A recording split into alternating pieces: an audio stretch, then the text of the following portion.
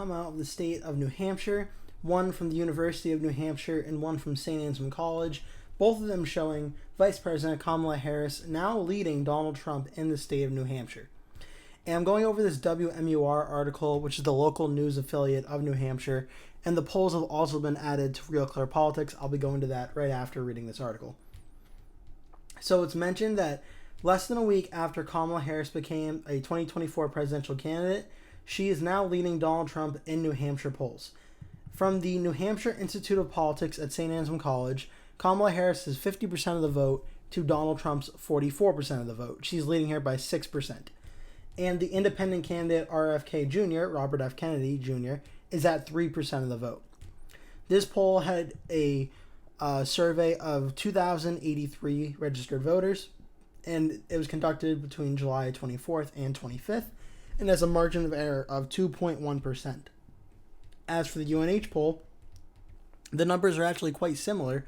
Harris is 49% of the support, Trump is second at 43%, Kennedy is in third with 4% of the vote. In this one, there was 3,016 respondents of UNH.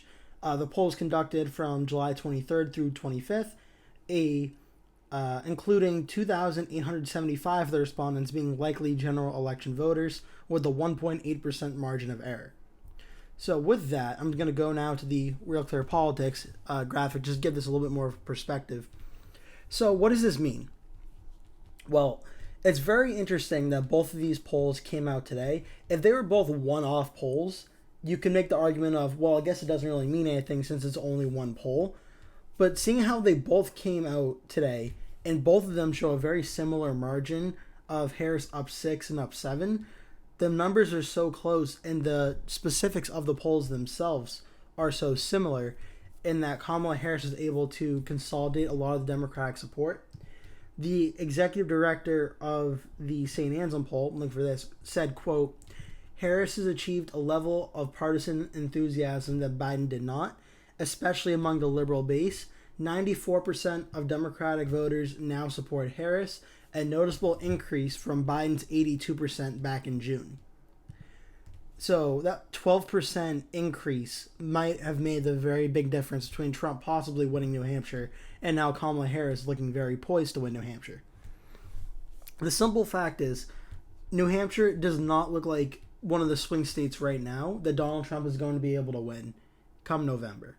Of course, it's always risky to say that because things can change very quickly, polls can change very quickly, election environments can change, but the fact in both of these polls that Kamala Harris is getting 50% or better tells it all that there's really not a pathway for Trump to win this state if Harris is polling at 50% or in UNH's case above 50%. It's just not possible. And looking back at the Trump versus Biden poll that came out a few weeks ago, this is where it gave kind of the insight that maybe Trump is a shot in the state. I pointed out at the time that Biden had 42%, Trump had 44%. Trump was leading, but there was a lot of undecided vote out there. And in that poll from St. Anselm, I pointed out that the director of the Institute of Politics said the same thing, which is there's a lot of Democratic support for Biden that just isn't there right now, and people aren't super confident in him. And Harris getting that 12% support, going up from 82 to 94, shows you. Trump had 44% in this poll. In the new poll, Trump also has 44%. Trump's support has not gone down one bit. It stayed the exact same in the St. Anselm poll. The only problem is Harris was able to get up from Biden's 42% by consolidating the Democratic support, got her up to 50%. So that could say something about the New Hampshire electorate, that there's just too many maybe independent or Democrats and independent-leaning voters that will side with the Democrats, that it just might be too much for Trump to overcome. Now, of course, there are a lot of undecided votes left, but as I mentioned, the poll, I believe, had RFK Jr. getting 3% of the vote. Yeah, so 3% of the vote. If that were to be the same, that's you can add that to Trump's, that's 47. There would only be 3% undecided vote left, which means the highest Trump could possibly get in this scenario would be that 47%. So Harris would still win. She would win by 3 points. Of course, it's never that simple. 100% of undecided voters don't go for one candidate and none for the other. It usually doesn't happen that way. So it's looking more like New Hampshire in 2024.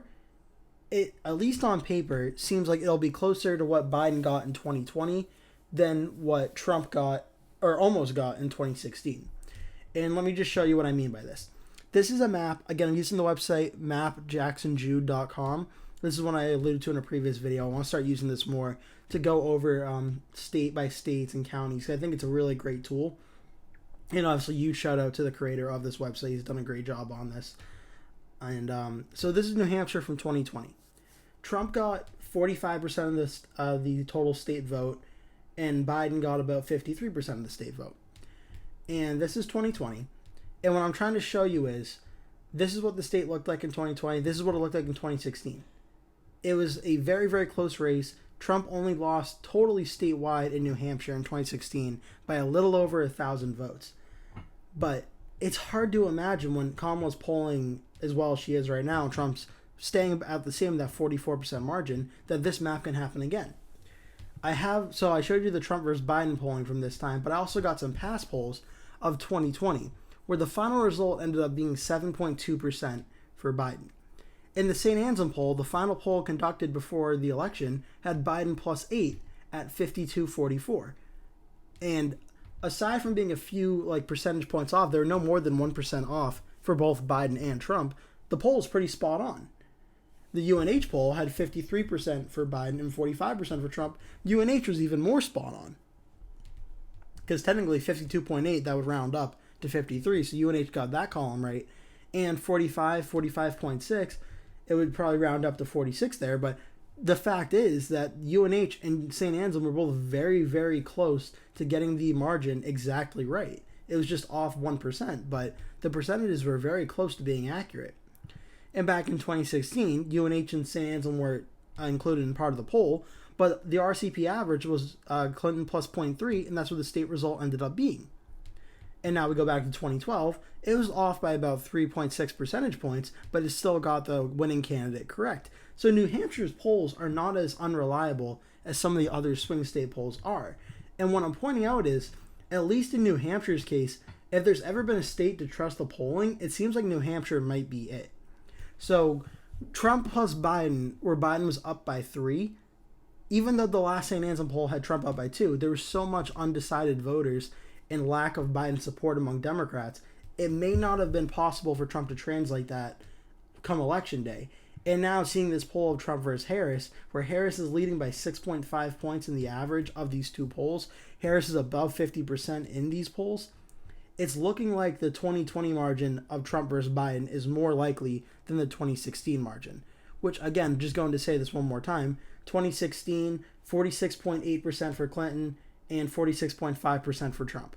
And in 2020, 42.7% for Biden and 45.4% for Trump. So about a 7-8% win for Biden over Trump in 2020. And if you look at the polls right now, Kamala has about a 6.5% lead over Trump right now in New Hampshire. So if you're trying to ask me, is New Hampshire going to be voting closer to Kamala defeating Trump by less than 1% of the vote, or Kamala defeating Trump in New Hampshire by closer to 7 or 8% of the vote?